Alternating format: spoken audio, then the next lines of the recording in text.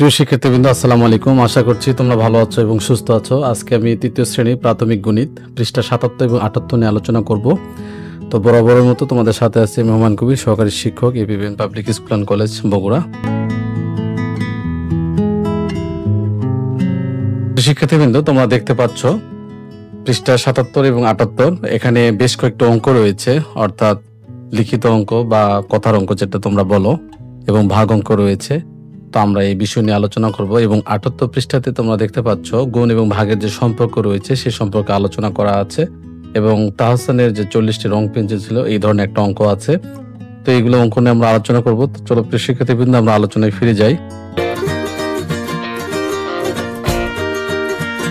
তোমরা দেখতে পাচ্ছ প্রথমেই আমরা 9 নম্বর অঙ্ক নিয়ে আলোচনা করব, যে প্রতিটি দলে 8 জন করে শিক্ষার্থী নিয়ে দল গঠন করা হলো। যদি 72 জন শিক্ষার্থী থাকে তবে কয়টি দল হবে? এখানে কিন্তু দল চাওয়া হয়েছে, তাই না? তাহলে 8 জন শিক্ষার্থী নিয়ে দল গঠন হবে একটি। তাহলে 72 জন শিক্ষার্থী নিয়ে কতজন দল গঠন হবে? 72 ভাগ 8। তাহলে এখানে আমরা 72কে 8 দিয়ে ভাগ দিলে আমরা 8-এর নামতা পড়লে আমরা 8 নং 72 এটা মিলে যায়, ভাগশেষ 0, অতএব 9টি দল গঠন করা যাবে। 10 নম্বর দেখো, সাদিদ 54 পৃষ্ঠার একটি বই পড়ছে। যদি সে একদিনে 6 পৃষ্ঠা পড়ে, এই বই শেষ করতে তার কতদিন সময় লাগবে? তোমরা লক্ষ্য করতে পারছো এখানে কিন্তু কতদিন সময়, এখানে দিনের কথা বলা হয়েছে, এই জন্য আমরা দিনটা শেষে দিব। 6 পৃষ্ঠা পড়তে সময় লাগে একদিন, 54 পৃষ্ঠা পড়তে সময় লাগে 54 ভাগ 6। তাহলে আমরা 6×54 পেয়েছি, আমাদের ভাগশেষ নাই, অথবা আমরা লিখে দিব 9 দিন সময় লাগবে। এরপর দেখো 11 নম্বর অঙ্ক, একটি প্যাকেটে 8টি বিস্কুট আছে। একজন বালিকা বিস্কুটের 2টি প্যাকেট কিনলো, সে মোট কতগুলো বিস্কুট কিনলো? এখানে একটি প্যাকেটে বিস্কুট বলা আছে 8টি, তাহলে 2টি প্যাকেট অবশ্যই 16টি, আর সে মোট কতগুলো বিস্কুট কিনলো? উত্তর 16টি বিস্কুট কিনলো। এরপর তোমরা দেখতে পাচ্ছ আমরা কিছু ভাগ নিয়ে আলোচনা করব। এর আগে তোমাদের ভাগের অঙ্ক আলোচনা করেছি, ভাজ্য, ভাজক এবং ভাগফল বুঝিয়েছি। তো আজকে আমরা 8কে 3 দ্বারা ভাগ করব। তোমরা জানো এখানে 3 কিন্তু ভাজক, আর 8 যেটা সেটা কিন্তু ভাজ্য, এবং 2 হচ্ছে ভাগফল। আর আমাদের সর্বশেষ যেটা আমরা পেয়েছি 3 দুগুণ 6, তো ভাগ শেষ আমরা পেয়েছি 2। এরপরে দেখো 2 নাম্বার 15 ভাগ 2, এখানে আমরা 7 দুগুণ 14, ভাগ শেষ আমরা 1 পেয়েছি। এরপরে 3 নাম্বার যথারীতি দেখো 37কে আমরা 5 দিয়ে ভাগ করলে আমরা 5 7 35, 8 দিয়ে করলে কিন্তু বেশি হয়ে যায়, অর্থাৎ ভাজ্যর চাইতে বেশি হওয়া যাবে না। সেক্ষেত্রে 5 7 35, 37 থেকে 35 বাদ দিলে হয় 2। তাহলে এখানে আমরা লিখে দেব ভাগফল 7 এবং ভাগশেষ 2।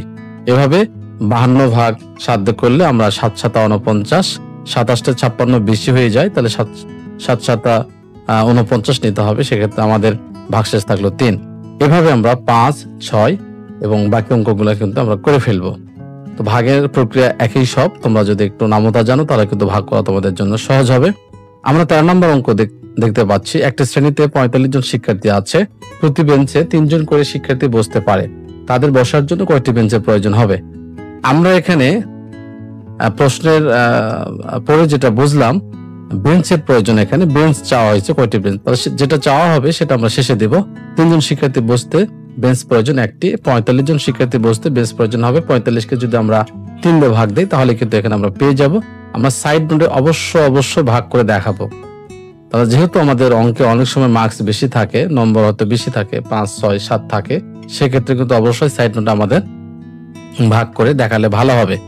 তাহলে 45কে আমরা 3 দ্বারা ভাগ করলে 3 পংরাং 45, এখানে ভাগশেষ 0, তাহলে আমরা লিখে দেব 15টি বেঞ্চ প্রয়োজন।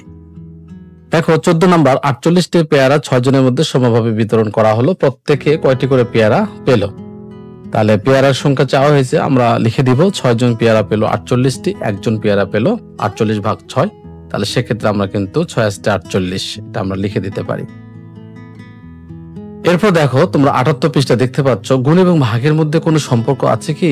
অবশ্যই আছে। গুণ হচ্ছে একই সংখ্যা বারবার যোগ করা, আর ভাগ হচ্ছে একই সংখ্যা বারবার বিয়োগ করা। তাহলে আমরা একটা উদাহরণের মাধ্যমে দেখি। গুণ এবং ভাগ একটা বিপরীত প্রক্রিয়া।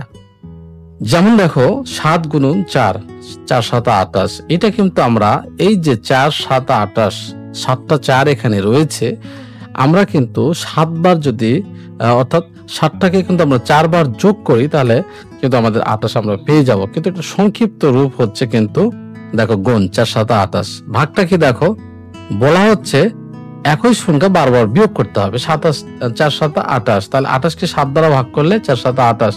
এখন 28 থেকে যদি আমি 7 বারবার যদি বিয়োগ দেই, একসময় কিন্তু কি হয়ে যাবে, সেটা আমাদের একসময় কিন্তু শূন্য হয়ে যাবে। তো এভাবে কিন্তু আমরা করতে পারি, অর্থাৎ ভাগের যে সংক্ষিপ্ত রূপটাই কিন্তু এখানে, বিয়োগের সংক্ষিপ্ত রূপটাই কিন্তু দেখো ভাগ।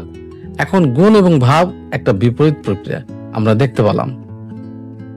দেখো তোমাদের সর্বশেষে একটা অঙ্ক রয়েছে। তাহসিনের 40টি রং পেন্সিল ছিল, সে পেন্সিলগুলোকে সমান 5 ভাগে ভাগ করলো এবং রাতুলকে 2 ভাগ দিল। রাতুল কয়টি পেন্সিল পেল?